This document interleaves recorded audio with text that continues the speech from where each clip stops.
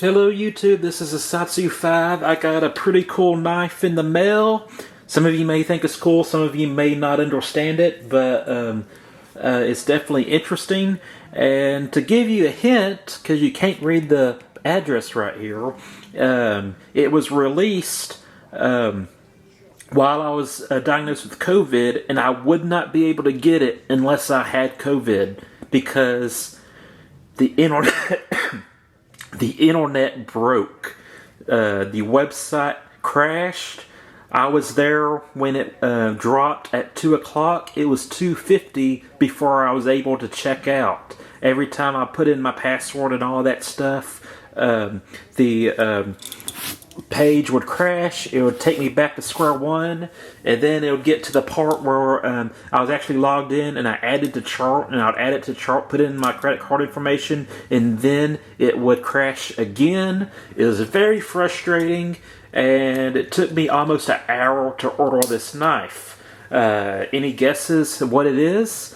I can tell you that Callow Blades knows what it is. Anyways, I'm using my Joker Navaja.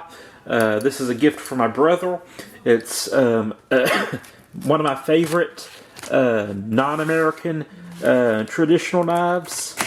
And we're going to see what's in this box. And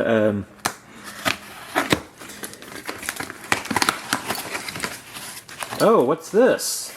A catalog? You can probably tell from the color scheme what catalog it is. A bunch of Emerson stuff.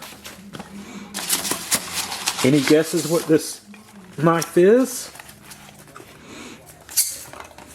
By the way, this knife cost a little bit more than I was expecting because it's a black coated blade. BT. And let's see if it'll focus. This is the Elvia. This is the knife that was inspired by Ed Caldone's mother's knife, the fruit knife.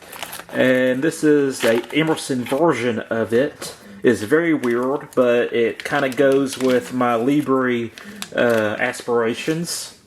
Check this out. It is a hawkbill that's meant to be held edge in, point down.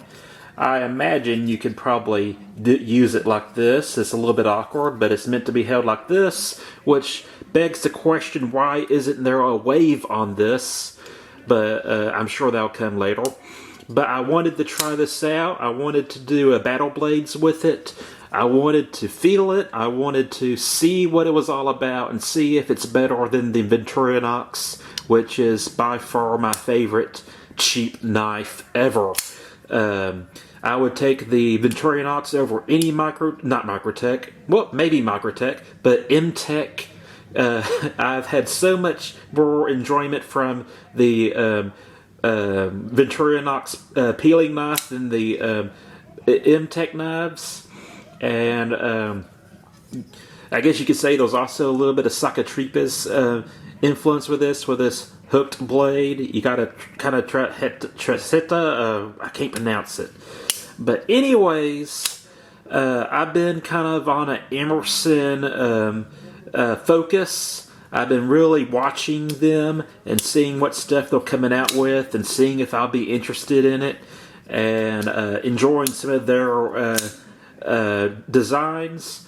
And this is going to be in the testing process. I'm going to test it as a utility knife to see if it functions as a utility knife. I imagine it's going to be a little bit awkward, but I hear that it actually works quite well.